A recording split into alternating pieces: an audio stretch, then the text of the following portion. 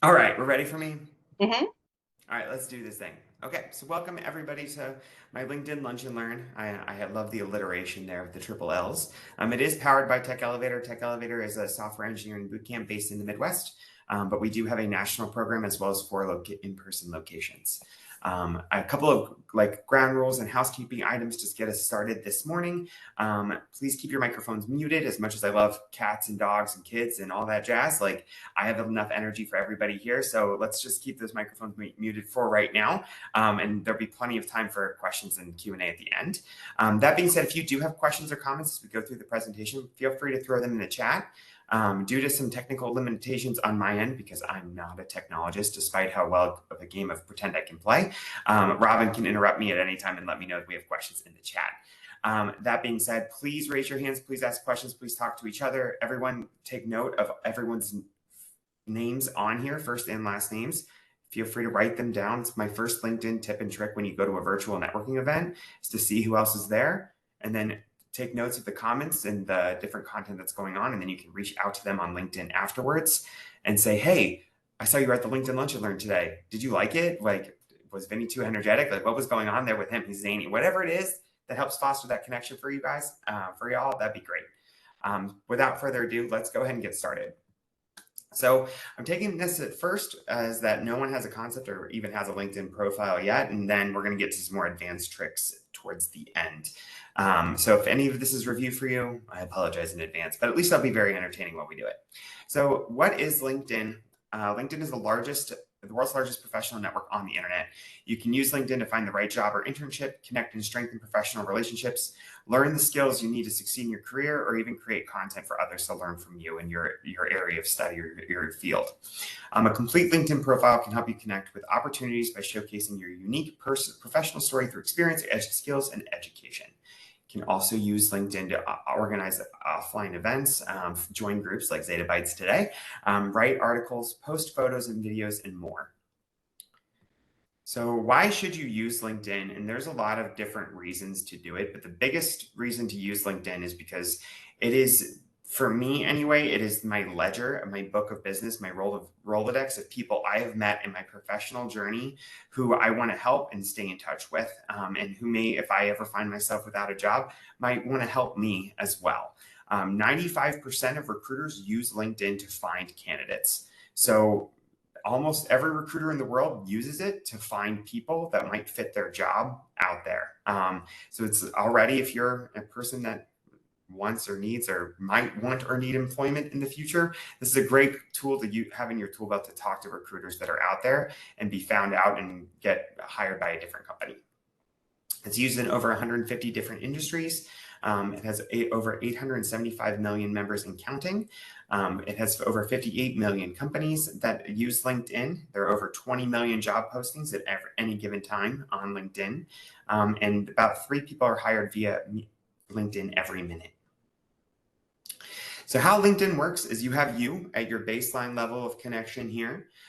You have your first level connections. These are people that you are already connected to. They're likely, if you're just getting started, these are people you probably already have met before. That might be, if your parents are tech savvy, you might have your mom and dad on there. My brother was my first connection on LinkedIn because my parents are not tech savvy. But that's your first level of connections, of people that you know. Now you have your second level connections, and these are people that are connected to your connections. So say I meet Rini, but I haven't met Lisa yet. Rini and I are connected on LinkedIn. I see Rini and Lisa are connected on LinkedIn. I want to meet Lisa. That's a second level of connection that Rini might be able to provide an introduction, or I can start a conversation with Lisa saying like, hey, I see you know Rini. And then you have your third level connections. And then these are people who are not connected to anybody that you're connected to. They're the ones that I would say are probably the hardest ones to connect with, just because you don't have anything right out in common right away, right? You might have to do a little digging or see what they're doing or meet them at a networking event or something like that in order to meet them, to connect with them. So we're going to get into my top tips of LinkedIn. I'm just going to go ahead and dive right in. You must have a profile photo. I know if we're all shy here, that's okay. You're going to need a profile photo. This is where it is appropriate to have one, because there could be 800 different Vinny Sanfilipos out there. And how do I know I'm talking to the right one, right? I've met that guy at the networking event, but I can't find him LinkedIn? Where is he at? The profile photo is going to be a really great way to showcase yourself, your good energy, your smile, and show people who you are just by your face, and that they can recognize you from people that you meet in the wild.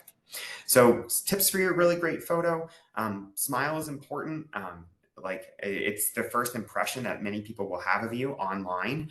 I personally, when I was a recruiter, I didn't really look at resumes terribly often. I was a jumping off point, but I would immediately go to their LinkedIn to make sure I was meeting the person and doing as much research about the person I was about to interview as possible. Smiling is important. It gives off a good first impression, brings in great energy. You want it to be professional. Business casual, I think, is even better just because it creates a area of familiarity with somebody else. If you're too buttoned up in your LinkedIn, you might not give off the air that you're wanting to. It might make you feel a little unapproachable. The data shows that business casual is the best way to have that kind of energy that you're looking for there. And don't take a selfie, like call a friend, call me, I'll come take a picture against some sort of plain surface or brick wall. All look great. You want to just make sure that it is just you in the picture, no distractions around you, no cats, no babies, no wedding photos, like no drinks in hand. Like you want it to just be you smiling, looking great, and a high quality photo. Fortunately, most of us have our cameras on our phones and they're all really high quality. Those work great. Just make sure it's not blurry and people can clearly tell it is you smiling, having a great time doing it, whatever it is you're doing. So take it a step further, you can further personalize your account is by adding a cover photo. You can see Rochelle here has a cup of coffee and a keyboard there. I do as well on mine. This person has a skyline of a city that they live in. You can kind of choose different ones that show off your personality a little bit. Keep it professional, but you can, personalize this a little bit so people can see what's important to you. My first startup was a coffee startup, and I started out as a writer. It ties back to my roots. Mine will always be a coffee cup and a keyboard, but whatever it is that's important to you, I highly encourage to have on there to show off your personality a little bit. So for your headline, you want to be creative. Summarize your so what in a few words. And then you're going to want to use your keywords. So I'm gonna go off on a little bit of a tangent and put up my soapbox for a second. When you go to design your LinkedIn headline, there are two schools of thought here that I think both work really well. If you currently are employed, you can put in your title at the company that you're at, and that works just fine. If you're not feeling super creative or it's easy peasy, just do that. It ain't no big deal. You can just put, I'm the Senior Director of Career Development at TechElevator. Great. But you can also instead, if you're in the market for another job, or you do a lot of thought leadership, or you're kind of figuring things out about your title, or you work for a startup where you don't have a title that matches your job. Me, at my last role, I had 8 different titles depending on who you asked at the company, and I just put a tagline of different things that I was into. So you can see that if you look up my LinkedIn right now, it says people, talent, culture, and technology. Those are the areas that I touch in my role. So when people the reason why I do this, and the reason why I would recommend you do something like this too, if you're feeling up, if that's the way you want to go, is because it's focused on search engine optimization. My goal is for people to see the things that I'm posting out there, and whatever keywords you have in there are the things that people search for. I will show you a little bit more about the searching algorithm later on here in the presentation, but I just wanted to tackle that, why we talk about taglines and headlines, where they're at. Be creative, summarize your so what in a few words. Make sure you're using those keywords so people can find you. If you're a software engineer and you don't have software in the title, no one's going to find you as software engineer when they go to search for you. You can, there's also a cool widget here on LinkedIn that you can put your name pronunciation in there. You can see my dear friend Katie Schrader here put in hers. So you can log into the LinkedIn mobile app, click on your profile picture, click view profile, click edit icon under name pronunciation, and then you can put it in there. The name pronunciation feature can only be added using LinkedIn's mobile app. It's not available on the web app right now. So if you'd like to do that, or you want to take a screenshot of this slide, feel free to do so. I'll pause for a moment. Excellent. Moving right along. Similarly, you can put your gender pronouns on there as well, so people know what pronouns you use.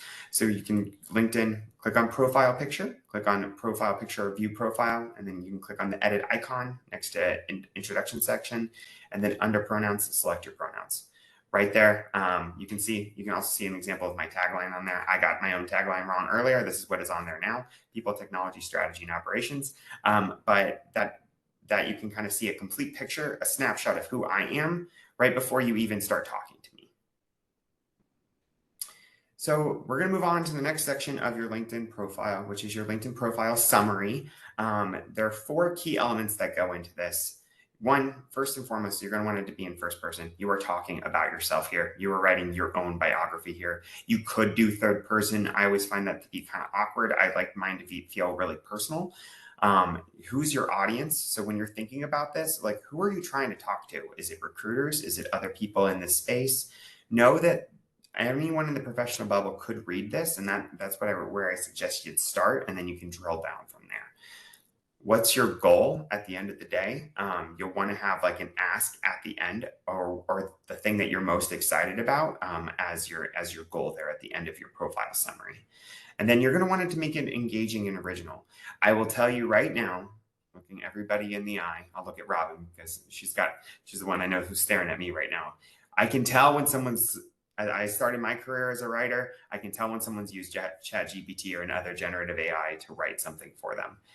Only because I've seen a lot of them come through, and I see a lot of people just doing that because it's easier than writing it on their own. That is a great place to start to write if you're not a writer, it's okay. You don't have to be the world's best storyteller. But if there are words in there that you would never use before, like that's not your conversational you, I'm going to be able to tell. If I see you, if you're usually a pretty casual person, and then you say you like to incorporate a plethora of experiences into your daily life, I'm going to say, that doesn't sound like something that you would use in a sentence. Is that really you that wrote that, or did you hire somebody else to do it, or did you use ChatGPT? You want it to feel genuine and authentic when you're talking about yourself in the profile. You're going to aim for 1 to 2 paragraphs. 3 paragraphs is fine. Don't get too verbose on there. Much like the resume, this is a hearty appetizer to get somebody to want to talk to you more, not necessarily your complete life story on LinkedIn. So speaking of your complete life story, I do believe that LinkedIn has become the new age of what they call the circumvita, which is your entire life of professional experience on one page. Right now, 1-page resumes are still all the rage out there, 1 to 2 pages, depending how long your career is, but that might not necessarily contain every professional experience that you've had on the way. LinkedIn does this cool thing where it lets you put as much as you want there, and people can click see more experiences if they want to drill down deeper into your background. It does not hurt you to have all of your different experiences on there. So by all means, especially as the longer you go in your career, you can put different keywords into your different summary points under each job tag, and it can help with the algorithm of people finding you for the right kind of jobs that are out there. But it does not hurt you to list all your relevant experience on there. You can also put all of your experience on there. It's entirely up to you and what you want to do there, but it won't hurt you to do it. Link companies to their LinkedIn company page. It also shows people that when you do that it's a real company. I would say almost all companies, especially here in the States, have a LinkedIn if they're more than like 2 people big. And you can just link it in there. Even if their LinkedIn profile is complete, I can still click on it. Like, for instance, my cousins run a produce business. I've contracted for them for Sanfillipo Produce. You can click on their link. Their LinkedIn page isn't complete, but you can click and see it's a real business, and someone can Google it and see, oh, that's a real business, right? It helps add a little air of credibility that you're not just making stuff up and putting on your professional experience there. If applicable, you can add pictures, videos, or additional resources, especially if their LinkedIn page isn't fully fleshed out, but they have a website. You can hyperlink, or you can link their website in there for them as well. So like people will see, oh, well, it's not a full thing on their LinkedIn. It's kind of sus. Then I click on the link. I'm like, oh, that's a really pretty website. They exist. They just don't care about LinkedIn. For instance, a lot of restaurant owners aren't on LinkedIn, and that's the primary buyer of Sanfillipo Produce. So they're like, why would I want to be on LinkedIn when everyone's on Facebook that I'm looking for? So that's your experience section. If you have a career gap, this is another hot tip for you. You can explain your career gap on LinkedIn without taking up like precious space that you might want on your resume. So you can explain a gap or a career break. Here are some career break options. bereavement, career transition. I'm not going to read all of these off. You got a gap year, you were laid off, health and well-being, professional development, retirement, travel, you volunteered somewhere. These are all great things. You can also put if you had a newborn and it just made more sense for you to be at home, be a stay-at-home parent, you can put that on there of what you were doing during that time, and people will understand. It just helps tell the story of where you've been if there is a big gap in your career there. Awesome. Then you have your education. You're going to put links to you're going to link your schools to their LinkedIn school page. Most colleges and boot camps and vocational schools will have it on there. No need to put high school on there. If that is your only education, that's okay too. You can put high school on there, but most folks will have if you have some college, you can put that on there too. But most folks will assume that you've graduated from high school. You can include your degree received and major. You don't have to put your GPA. If your GPA was under a 3.5, you might not want to put it, but if you've got a 3.5 or greater, that's something to be really hype about. You can put that on there. Connect with other alumni that are out there with your education. You might be like, I don't know if I know anybody from my alma mater. I don't really remember what they're doing. And then sometimes I get like a LinkedIn feature of it'll send you people that you might know. And I'll be like, hey, who's that? Wait a minute, I remember her. I had English class with her back in the day at Otterbein. I'm gonna connect with her and see how she's doing. So that's a tip you can do to grow your network. Any certifications or licenses you got in there, that'll also help with your search engine optimization. That's a big reason why you want to link in your school there, so people can see where you went. And if people were to search for, political science grads, Otterbein University with 10 years of experience, they'd likely find me in the list of people. Same with you with whatever it is you've studied out there. And then if you had any groups, sports, or extracurricular activities, go ahead and slap them on underneath the education section too, or as a bullet underneath your school of when you graduated and whatnot. That way people can have a little bit better idea of what you did while you were there. All right, there's a ginormous skills section in there, and this entire function of this, I'm not even looking at my slide right now, the entire function of the LinkedIn skills section is for search engine optimization. So people can go on there and say, hey, I'm searching for a Java developer, and your number one skill is Java, and it's been endorsed by, if you're a TechElevator student, it's been endorsed by your 17 other classmates that you might have there, and be like, okay, I know this person's got some Java skills going on here. So whatever your skills are that you focus on, I'm a big communicator. I think that's my number one skill on LinkedIn. And whatever it is that yours is that you want to be found by others for, you can tier them and list them, and your top 3 will appear on your LinkedIn profile. But so think about the top skills for your role wherever you're at. Include any transferable skills you might have, and select top 3 skills for your featured skills on there so that people can find you more easily. Endorsements are okay. Recommendations are awesome. So there are 2 under the skills feature. You can kind of see how these top 3 appear. People can go on there and endorse you for it and say, this person is really good at X, Y, and Z things. So for this particular profile, it's strategic partnerships. They said, Caroline's really great at that. But you can also have your peers, your bosses, your teachers, whomever that is in your network that would write you a great recommendation. Ask them to write you a quick recommendation on LinkedIn. It really does help add credibility to your LinkedIn profile about what kind of employee you are and how great your skills are. Caveat asterisk, much like any other referral or recommendation, I would only ask folks that I was sure would write me a good one at the end of the day, because you don't want a negative Yelp review on your LinkedIn profile that says you're a terrible employee. So good recommendations are best. Great recommendations are even better. So, but I wouldn't want a poor one on any of your LinkedIn profiles. You all seem like great people. Just keep that in mind as okay, who can I ask as I'm beefing up my LinkedIn profile? Who can I ask for recommendation? Think about people who have nice things to say. So let's talk about how you network on LinkedIn. So networking is a lot easier and a lot harder on LinkedIn for 2 different reasons. It's easier because it's easier to find people and you don't necessarily have to interact right away.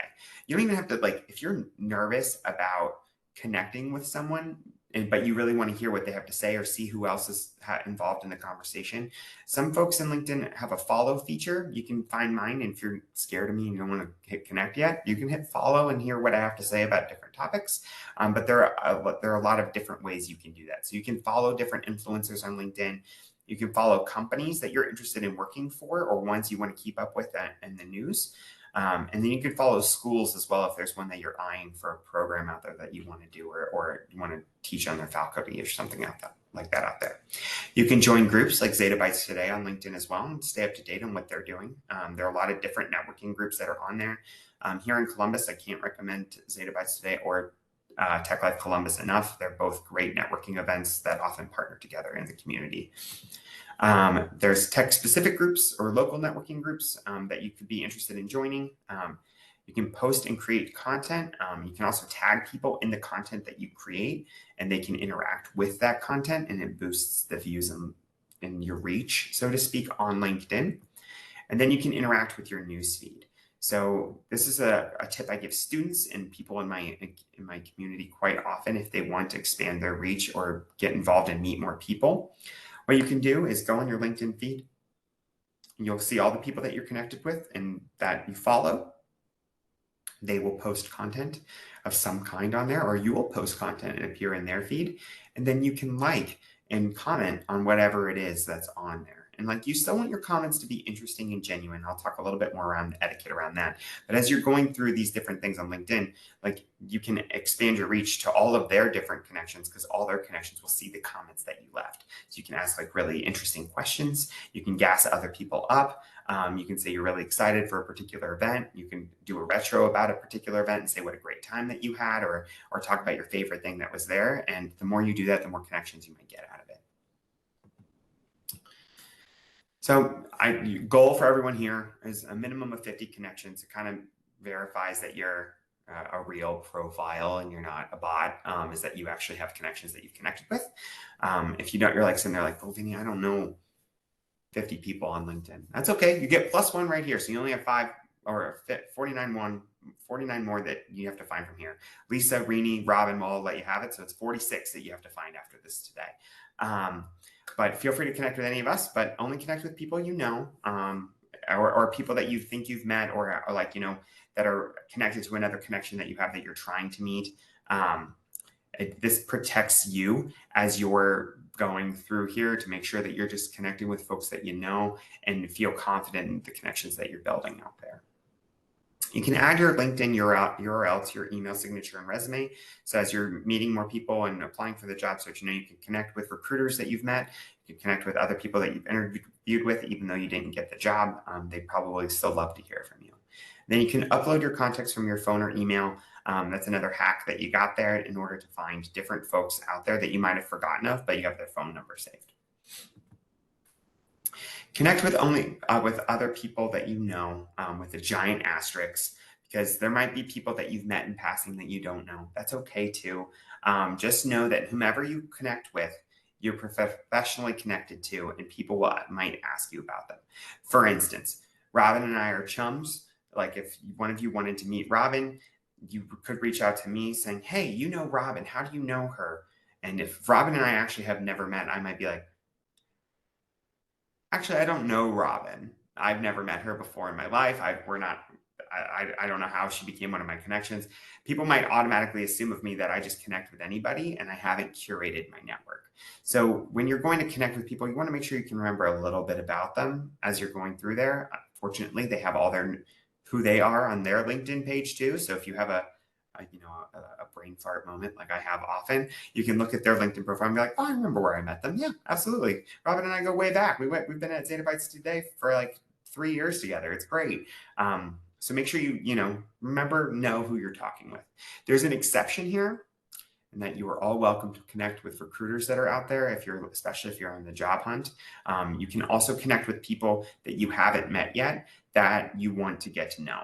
So there's a way to send a LinkedIn request on the web app only, that you can go to connect with somebody, and they'll say, send a message and say, hey, my name is Vinny Sanfillipo. I realize we haven't met yet, but I love the work that you're doing in the community. Robin said you would be a great person to connect with. Would you be open to having a virtual coffee sometime? Most people will be like, hey, that sounds really neat. Like you seem like a nice person. I'd love to get to know you a little bit better. And that's a way you can start building your network here with people that you don't know in a way that feels very intentional.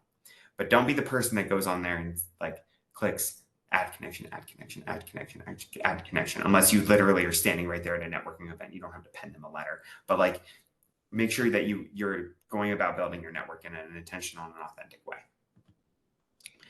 Also, make sure that people can find you. You can control under the privacy settings who can see what on there. So like, I personally wouldn't put my phone number on LinkedIn. I would advise you against you doing that. But you could put, your professional email if people want to get in contact with you for different business opportunities or something like that. You can also control who sees what on here. So I would say make sure your profile is visible to the public. You can choose what you do and do not want non-connections to see. But people can only find you if you're available to be found. So just make sure that you are able to be connected with if you're trying to build your LinkedIn presence. You can also customize your LinkedIn URL. If you go to your linkedin.com right now and click on your profile, you'll likely see a long URL that's up there that might be something like, if you're Kate here, it might be like www.linkedin.com/in/Kate Watkins Dolly 1236589GG95, whatever it is, right? You can actually go in there and customize your URL to be whatever you want it to be. I would personally recommend having it short and sweet to the point with your name on there. So like, as you can see this other one on here, www.linkedin.com/Katie Schrader, super simple and to the point. If any of you are out there, I left this in here intentionally too. If any of you are out there going, about to get married, in the process of getting married or the process of getting divorced, and you want to reclaim your former name, or you're moving into a new last name, but you don't want it to be like abrupt so people can still find you, you can put your former last name in parentheses on there and your new last name right there. And it's become like this unofficial way of signifying to other people that your last name or first name is changing. And then this is what you want people to know on. And then as you continue to interact with different folks on there, you can phase it out. Like Kate here will eventually phase out Watkins, which is her maiden name here, and just be Kate Dolly on here. So your LinkedIn profile meter is kind of like your cheat sheet of letting you know as you're setting up your LinkedIn profile. A complete profile, the data shows that it is about 40 times more likely to receive opportunities through LinkedIn. And here's all the things that you need to have a strong profile according to LinkedIn. And it's all the things we just covered. But it's a cheater on there that LinkedIn will tell you when it's done. So let's talk about some of the softer things that no one teaches you at school, but need to know when you're going to interact with people on LinkedIn. LinkedIn is not Facebook, LinkedIn is not Instagram, LinkedIn is not TikTok, LinkedIn is not Twitter, LinkedIn is not Threads. It's not a casual place to just chat about this, that, or the other. It is a professional networking platform. And that's the kind of content that people go on there for. So when you're on there, be polite, be professional. When you're going to go talk to somebody else, I'm a pretty casual person, but I still make sure I use complete sentences on LinkedIn just because that's the kind of format that people are looking for here. Be curious, ask questions about people's content, especially if like someone posts something that's super interesting to you or really thought-provoking. There is nothing wrong with saying, hey, this was really interesting. What did you think about this? Or, hey, this was really cool. I loved how they did this, this, and this. What does everyone on here think about what the implications of this are for what we're seeing here in the market? Assume good intent in other people. Everyone brings a different set of experiences and baggage to the table. This is advice you can take for both LinkedIn and for the professional office. But sometimes people say things and don't understand the implications of what they're saying. Not everyone is a professional writer or in HR knows these kinds of things, what they are and aren't supposed to say. But we can still I don't want to say filter ourselves, but we can still present our best selves by being positive and assuming good intent from other people, even if they come off a little harsh to us. Generally speaking, it is good practice to hype up others on LinkedIn. I personally found a lot of success about cheering other people on. You're not going to get very far on LinkedIn by tearing other people down or pointing out like, hey, you have a spelling error in your comment. Like no one wants to be humiliated in public. Like if you really wanted to help that person, you can message them on the side and be like, hey, loved your content. I just wanted to let you know in a private setting that there's a spelling error on there, and I wanted to catch it before too many people saw it for you, right? Like that's a much kinder way of doing that without, being that person that's like, hey, you spelled and wrong. And then read and research. Like if you're going to comment on a post, make sure you read the post first before you just throw out whatever comes to mind from the title. Sometimes people do put little clickbaity titles on their LinkedIn blog posts and whatnot just to get the views, but that might not be the summation of what the point that they're trying to make. So as you go to engage, read, research, understand the things that you want to talk about so that you can really be an informed part of the conversation. Okay, so this is like be professional. LinkedIn is not Facebook. These are not the places to post your funny pictures onto LinkedIn. It's not the place, like, unless you went to a costume networking party, which do happen. ZettaBytes Fall Fest is at the end of the month. Please sign up online. But as you go to like find different networking events out there, you might see things in costumes with people being a little goofy, but like this is the no selfie rule. That like try to keep it as professional as possible. If you take a funny picture of somebody else that even if they're your best friend, you may want to consider not posting that on LinkedIn and just keeping it between the two of you, because this is the best foot forward and it does affect, and lots of people that you don't know will see your pictures. So be professional. This is another thing that happens occasionally, especially as we come up to election years. Be professional on LinkedIn. Keep it apolitical as possible. You're going to leave out negativity. Don't start political arguments with people. Try to avoid controversy the best you can on LinkedIn. It's not the place to have an open debate about certain topics that really get people fired up. It's one of those things where it's like, there are forms and different processes and procedures to do that. But if you experienced XYZ at a company, even if you're in the right, there are other ways to post about it, because people will see it on LinkedIn and automatically say their first reaction is going to be, this is not the place for this on LinkedIn. But they do have Google reviews. You can put your review of that company on Glassdoor. You can put that company on Twitter or Reddit, wherever it is that there are a ton of other places to leave those kinds of reviews. So just keep that in mind as you're going to interact on LinkedIn, that it's about your professional reflection of you as a snapshot and not necessarily about winning the argument, because that's not the place to do it and people will just not engage. Don't open the green circle on the open to work. I got an article to share with everybody here afterwards about this, but don't do it. There's a cool widget. I think I have it right here for you, that you can say what you're open to, and you can click that, like, I'm actively applying, or flexible, I'm casually browsing, looking for full-time. These are the cities I'm looking at, remote work, I'm looking for the title of CEO, whatever it happens to be in there. But don't add the open to work photo frame.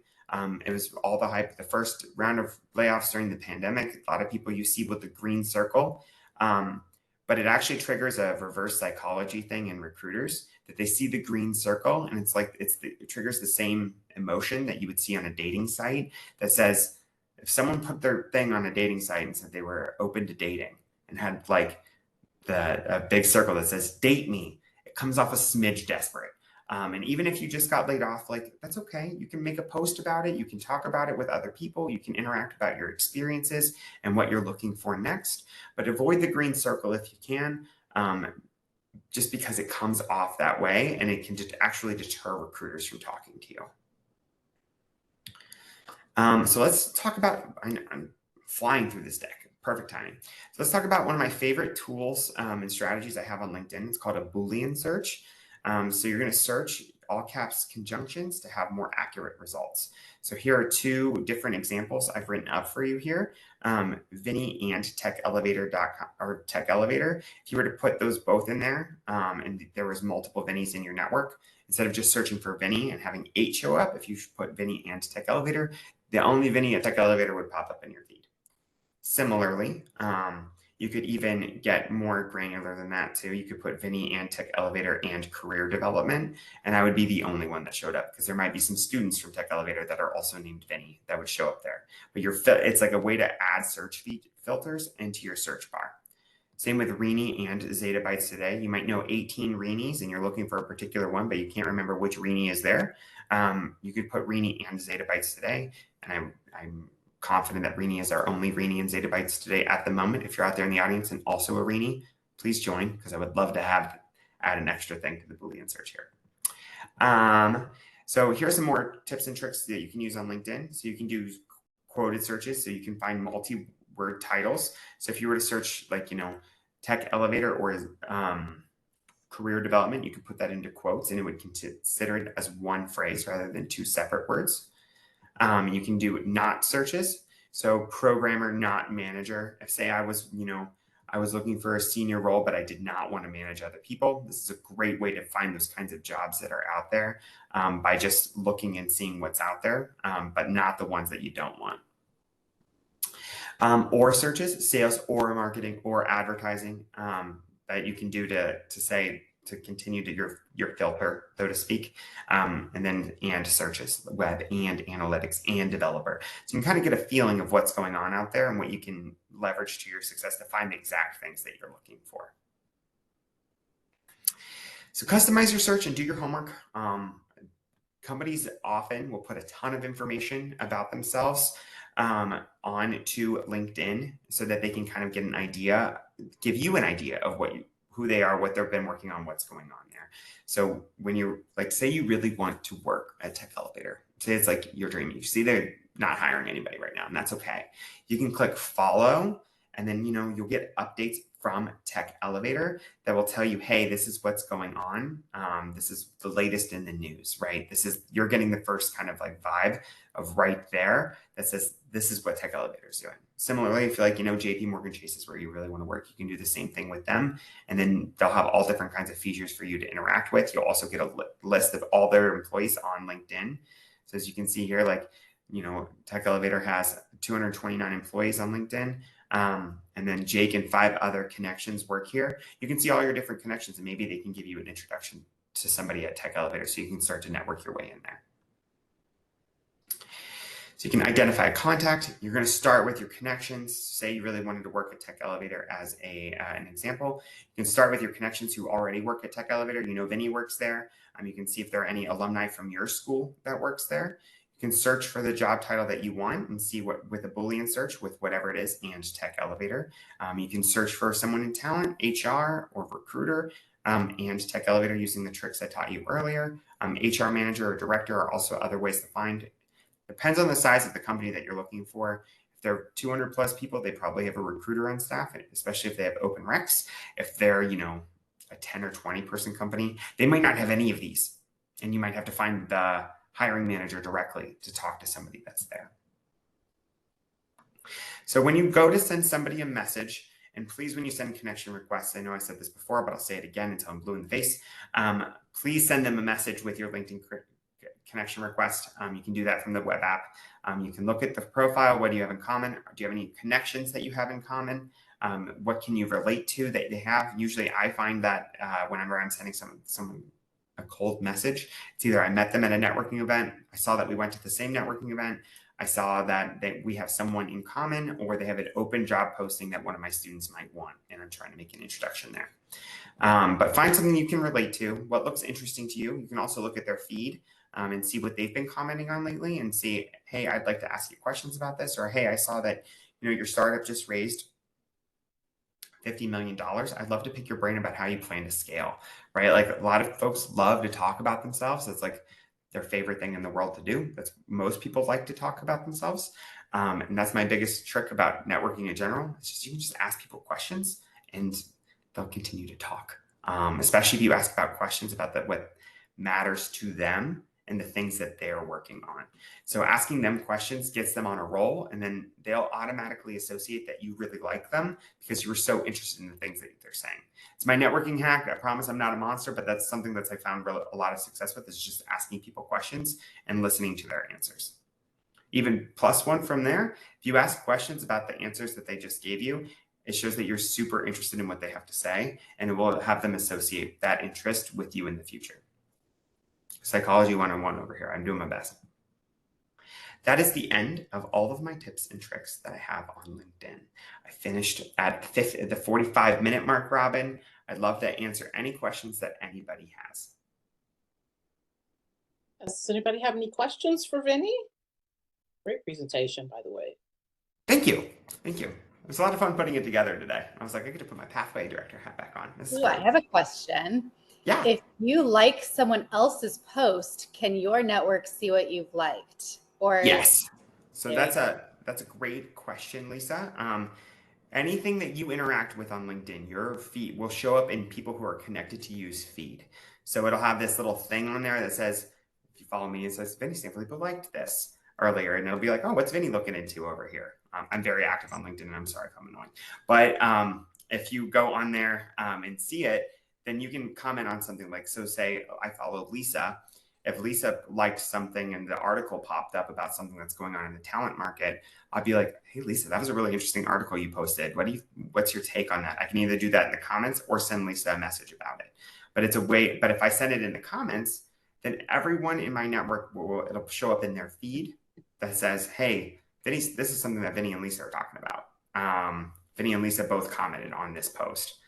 So the more you comment and talk about stuff, the more people are going to see it. It's also a caveat of why we flip back to the thing I said earlier about staying positive and assuming good intent on LinkedIn, because no matter what you do, everyone's going to see everything that you do. And you don't want anything to be taken out of context. All right, I saw a slide related to location. I'm personally trying to move to Chicago from Pittsburgh. How can I catch the interest of Chicago employers? So what you're going to do is when you go to hit open to work on there, you're not going to put the green circle up, but you are going to write in Chicago as part of that. You can also update your location to Chicago if you're not accepting Pittsburgh opportunities at this time and you want people to see that you're going to be in Chicago, whether you get hired there or not. You can put Chicago in your tagline too. That's what I would recommend, Rob. And then a question from Cindy. Is there a flag you can accidentally set that shows recruiters in the background that you are open to work? I've had people reach out saying, I see that you're looking and I don't know why. Yes, so on that widget, before I'll go back to that slide, it's a great question. So is it? Yeah, so on this widget that you open, you can hit start date. I'm actively applying, flexible, I'm casually browsing. There's another way. You see here on the bottom left, I'm no longer open. So you can go in there, Cindy, and disable that if you don't want recruiters reaching out to you. There are recruiters that are going to reach out to you no matter what you do, though, the further you go in your career. I get hit up about different opportunities often, the ones that I'm not going to be interested in. I still recommend, you never know who's going to be recruiting for who, for when in the future. I recommend being polite to the recruiter and saying, thank you for reaching out about this opportunity. I'm not interested at this time. If you have someone in your network that might be interested, that's a way you can really save face with the relationship. Like, hey, I personally am not open to opportunities at this time, but my friend Lisa is actively looking and she'd be a great fit for your role. Would you like me to introduce you? They might not say anything back, but they're going to be like, that guy was really helpful. So I would recommend that for you too, Cindy, for anybody who's reaching out to you about that. Any other questions for me? I love questions. I ask questions all the time, so I love being asked them. If you have them, I'm happy to answer them.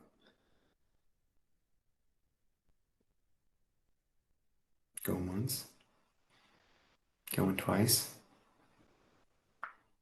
Sold. We're done with 10 minutes to spare. Thank you for spending your lunch with me here at ZettabytesToday. Our Fall Fest is here at the end of the month in Columbus, and I will turn it over to Robin for any of those details. But thank you all for joining me today. Thank you so much, Vinny. We will have links on our site. I put the site URL in the chat. You can go there and see about our upcoming events. Fall Fest is always a favorite, so check the site often. Okay. Awesome. We do one of these lunch and learns every 3 weeks at Tuesday at noon on Eastern time. So also feel free to follow ZettabytesToday on LinkedIn to find out when the next one is so you can sign up. They're always free. So thank you all for joining us today. Thank you, Vinny. Well, thank you, Robin. Thank you. Bye, folks.